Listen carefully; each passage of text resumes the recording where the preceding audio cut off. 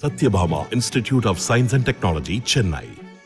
Satyabhama Institute of Science and Technology, Chennai. Congress மூத்த தலைவர் ராகுல் காந்தியின் ஆலோசகரும் ஓவர்சீஸ் காங்கிரஸ் தலைவருமான சாம் பிட்ரோடா செய்தி நிறுவனம் ஒன்றிடம் பேசிய வீடியோ வெளியாகியுள்ளது.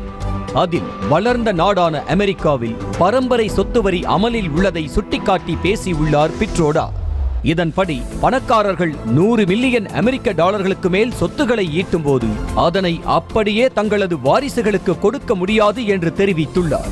ஒருவர் இறந்த பிறகு அவரது சொத்துகளில் 45% மட்டுமே வாரிசுகளுக்கு வழங்க முடியும் என்றும் எஞ்சிய 55% அமெரிக்க அரசு எடுத்துக்கொள்ளும் என்றும் பிட்ரோடா தெரிவித்துள்ளார்.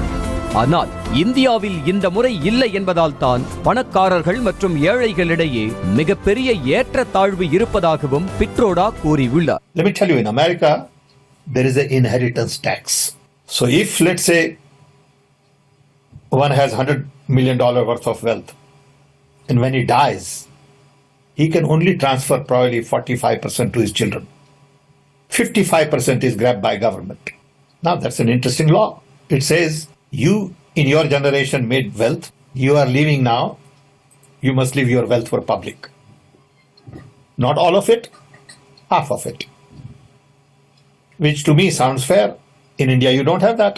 இந்த நிலையில் சத்தீஸ்கரில் தேர்தல் பிரச்சார கூட்டத்தில் பேசிய பிரதமர் மோடி நடுத்தர வர்க்கத்தினர் மீது அதிக வரி விதிக்க வேண்டும் என்று ராகுலின் ஆலோசகர் கூறியிருப்பதாக தெரிவித்துள்ளார். மக்கள் உயிருடன் இருக்கும் வரை அதிக வரிகளை விதிக்கும் காங்கிரஸ் மக்கள் உயிரிழந்த பிறகும் பரம்பரை வரி என்ற பெயரில் சொத்துக்களை அபகரிக்க திட்டம் தீட்டியுள்ளதாக மோடி குற்றம் சாட்டினார். இந்தியர்கள் தங்கள் சொத்தை தங்கள் குழந்தைகளுக்கு வழங்குவதை காங்கிரஸ் விரும்பவில்லை என்றும் பிரதமர் மோடி தெரிவித்துள்ளார். अब कांग्रेस का कहना है कि वो इनहेरिटेंस टैक्स लगाएगी. माता पिता से मिलने वाली विरासत पर भी टैक्स लगाएगी. आप जो अपनी मेहनत से संपत्ति जुटाते हैं वो आपके बच्चों को नहीं मिलेगी, बल्कि कांग्रेस सरकार का पंजा उसे भी आपसे छीन लेगा. பிரதமர் மோடியின் சொத்துக்களை காங்கிரஸ் அபகரித்துவிடும் என்கிற குற்றச்சாட்டிற்கு முதல் முறையாக ராகுல் காந்தி பதிலளித்துள்ளார்.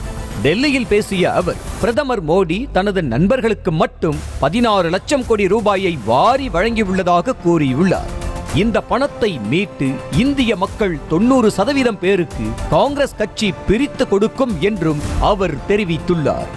நாட்டில் மக்களிடையே சொத்து சமநிலை இல்லாமல் போனதற்கு மோடியே காரணம் என்ற ராகுல் காங்கிரஸ் ஆட்சிக்கு வந்த பிறகு சொத்து சமநிலைப்படுத்தப்படும் என்றார். அத்தோடு காங்கிரசின் தேர்தல் அறிக்கையை பார்த்து மோடி பயந்து போயுள்ளதாகவும் அதனால்தான் உண்மைக்கு மாறான தகவல்களை அவர் பரப்பி வருவதாகவும் ராகுல் சாடினார். मैनिफेस्टो आपको अच्छा लगा? आपने देखा होगा कि प्रधानमंत्री पैनिक कर गए हैं. हाँ, बिल्कुल हिल गए हैं, घबरा गए हैं. क्रांतिकारी manifesto. Satyabhama Institute of Science and Technology, Chennai. Satyabhama Institute of Science and Technology, Chennai. செய்திகளை உடனுக்குடனும் துல்லியமாகவும் தெரிந்து கொள்ள சப்ஸ்கிரைப் பண்ணுங்க.